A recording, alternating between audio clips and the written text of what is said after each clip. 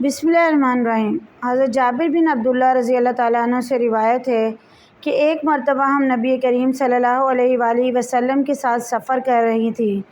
آرام کی غرض سے آپ صلی اللہ علیہ وآلہ وسلم ایک کھجور کے درخت کے سائے میں بیٹھے تھے کہ اچانک ایک کالا سانپ آپ صلی اللہ علیہ وآلہ وسلم کے پاس آیا اور اپنا منہ آپ صلی اللہ علیہ وآلہ وسلم کے کان کے سوراخ میں لے گیا۔ پھر تھوڑی دیر کے بعد آپ صلی اللہ علیہ وآلہ وسلم نے اس کے کان کے پاس اپنا منہ لے جا کر کچھ فرمایا۔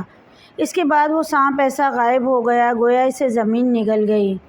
ہم نے عرض کیا کہ حضور، آپ صلی اللہ علیہ وآلہ وسلم نے سانپ کا منہ اپنے کانوں تک پہنچنے دیا تو ہمیں بڑا ڈر معلوم ہوا۔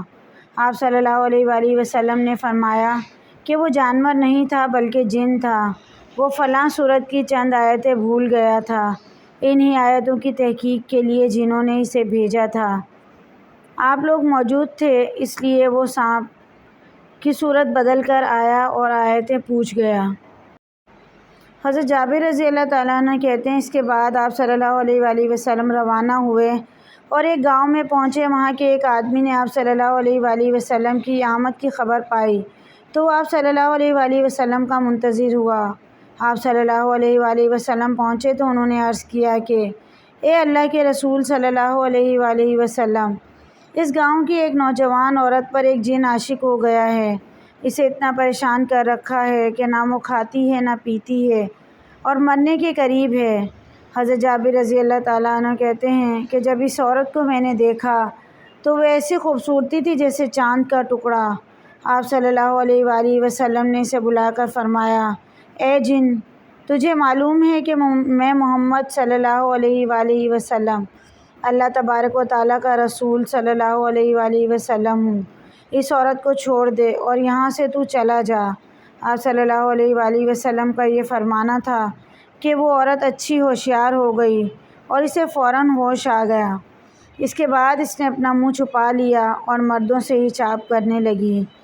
حضرت ابو سعید خدری رضی اللہ تعالیٰ عنہ سے روایت ہے کہ میں حضرت سیدنا علی مرتضیٰ کے ہمراہ نہران میں حروریہ کے قتال میں شامل تھا۔ حضرت علی رضی اللہ تعالیٰ عنہ ذوالید کو تلاش کر رہے تھے تو لوگوں نے اطلاع دی کہ وہ بھاگ گیا ہے۔ حضرت علی نے حکم دیا کہ اس کو تلاش کرو۔ اس کے بعد تلاش کر لیا۔ حضرت علی رضی اللہ تعالیٰ عنہ نے فرمایا، اس کو کون جانتا ہے؟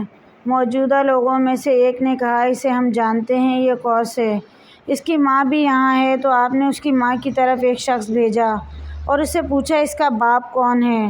تو اس کی ماں نے کہا، میں نہیں جانتی، البتہ میں زمانہ جاہلیت میں اپنی قوم کی بکریاں مدینہ میں چرا رہی تھی کہ مجھ سے کسی سایہ دار شخص کی چیز نے صحبت کی جس سے میں حاملہ ہو گئی، اسی سے میں نے اس کو جنا ہے۔ مزید ایسی ویڈیوز کے لیے چینل کو ضرور سبسکرائب کریں۔ ویڈیو پسند آئے تو لائک شیئر کمنٹ کیجیے۔